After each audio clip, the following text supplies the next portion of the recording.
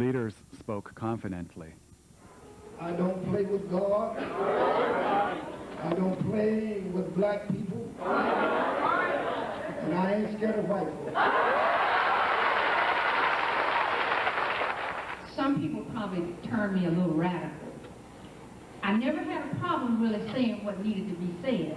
But white folks always tell me that, and when it gets to something like this, what we need, it's cooperation. But they want me to do all the coin, but they do all the operating. So he ought to at least have credibility in the black community. He doesn't have it. And since he doesn't have it, Ashton Paul has to go. Ashton Paul has to go. Ashton Paul has to go. Ashton Paul has to go. Ashton Paul has to go. Ashton Paul has to go. Ashton Paul has to go. Ashton Paul. And the crowd loved it. Learn the truth about economics. You will be free from economic exploitation. You will trust your own business people. You will patronize them, but we will also insist that they tell us the truth. We will insist that they do quality work. We're going to support people who support this movement. We are going to support people that support this movement. We are going to support people that support us. Money that is spent by us must come back to us through increased employment of us. Then we're going to meet with the movers and shakers, the business community. All right. And if they can't get him out, they ain't going to get us in. Yes, when he was a boy. I was 11 years old, and the Simpson Street Church of Christ in Atlanta chartered a bus to Inslee, Alabama. Inslee is a suburb of Birmingham. And I was sitting next to an 82-year-old woman. This was in 1949 or 50. And as the bus rounded a curve and about to cross the Alabama line, she leaned over and said to me, "Son, I need to use the restroom." At that time, there were no restrooms on the buses. So I jumped out of my little seat and danced down the aisle and said to the white bus driver, there were no black bus drivers at that time, it was Greyhound or Trailways, and I said to the bus driver, there's an old lady in the back who needs to use the restroom. So he stopped at the next service station on the right side of the road, and I thought he was going to get out and make the arrangements. He did not. So I jumped off the bus and went across the street to the service station, and there were 4 white men sitting at a card table playing cards in the middle of the old service station. And I knocked on the door at the same time, opening. And one of them was a big guy who looked like he may have weighed 300 pounds, he had a cigar hanging out the right side of his mouth. And I said, "Excuse me, there's an old woman on the bus who needs to use the restroom." And he slowly took the cigar out of his mouth, laid it on the card table, and looked at me and said, "We ain't got no nigger restrooms." I said, "But she's an old lady." And he just pushed back from that table, got up, walked around, opened the door, and put his big fat hand in the pit of my stomach and gave me one shove. And I landed against the gas pump, slid down, just ruined my little blue serge suit my mother had bought me for the trip. Grit, grind, dirt, and oil in it.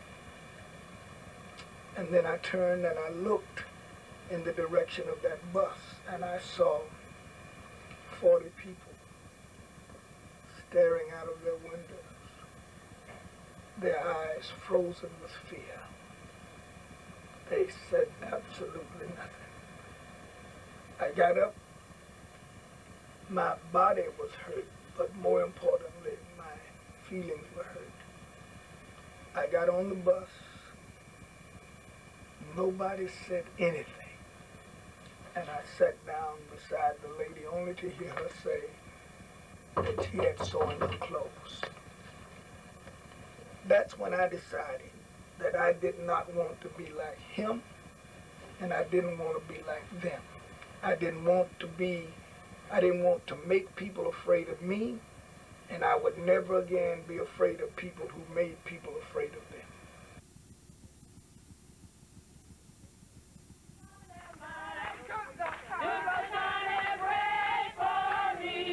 Protesters took to the streets a second time. This time they marched to Valdosta City Hall.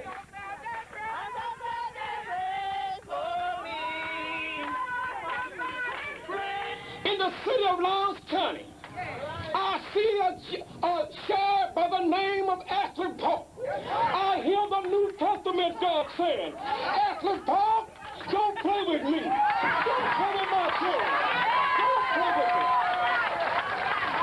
Justice. The white community, after the Civil War, was afraid of the African American community. It was afraid of what it called spreading niggerism. It was afraid of what the paper called mongralism. It disturbs me that so many black folk are afraid.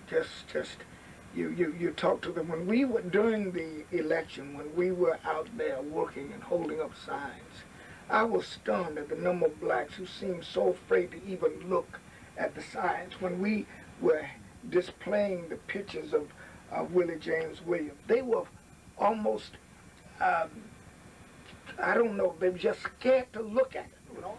Somebody has to speak up for the people that can't speak for themselves because they're afraid, you know? And I'm saying that being in the jury room and looking back and you saw the sheriff standing at the door, you know, it's supposed to be intimidation. No. Have you ever spoken to Jeremiah, the man in the car with him, about the events that happened that night? Yes. The same day that it happened, I went over there and I spoke with him, and he tells me that he didn't see anything. You know, he don't know what happened. I think he's just afraid to talk. Why do the white majority, powerful white people not participate in this?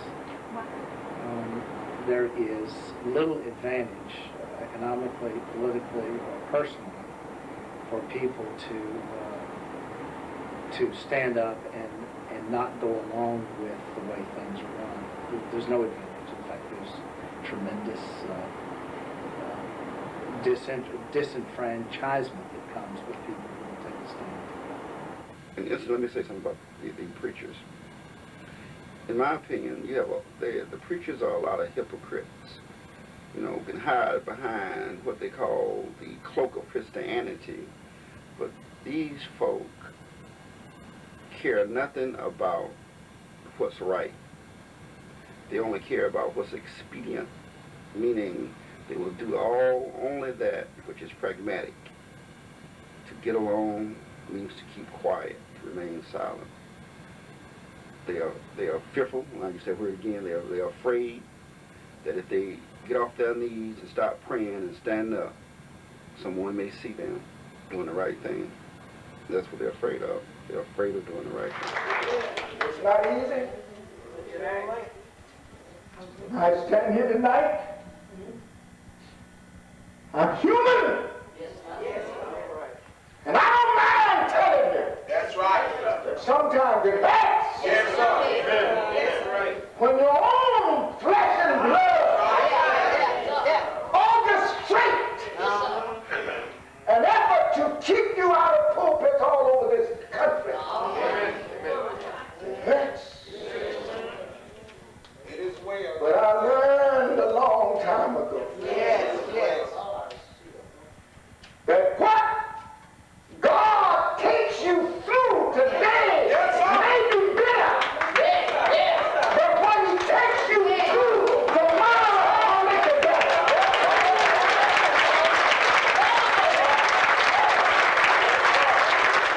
It's simply I dare to practice what I preach. Now I said, not always easy. And I've seen the lightning flash. And I've heard the thunder roll. And I've watched sin breakers dashing, trying to conquer my soul. But I heard the voice of Jesus say, still to fight on. And he promised never to leave me alone. No, never alone. He in the morning he promised. At noonday he promised. At the midnight hour he promised never to leave me alone. Sometimes I feel discouraged, and I don't mind telling you tonight that I get discouraged sometimes. Think my work's in vain. But then the Holy Spirit revives my soul again. And I know there's a dormant there. There's a dormant there to heal this old sin-sick soul. So I'm going on now to see what the end's going to be. I don't know how many of you are going to go with me. But I told the Williams family that come hell or high water, I was in this business to stay. We've come too far. We've suffered too long. We've hurt too much. We've bled too profusely. We ain't going back. And in the words of the old woman that James Cleveland used to sing about, I don't feel no way.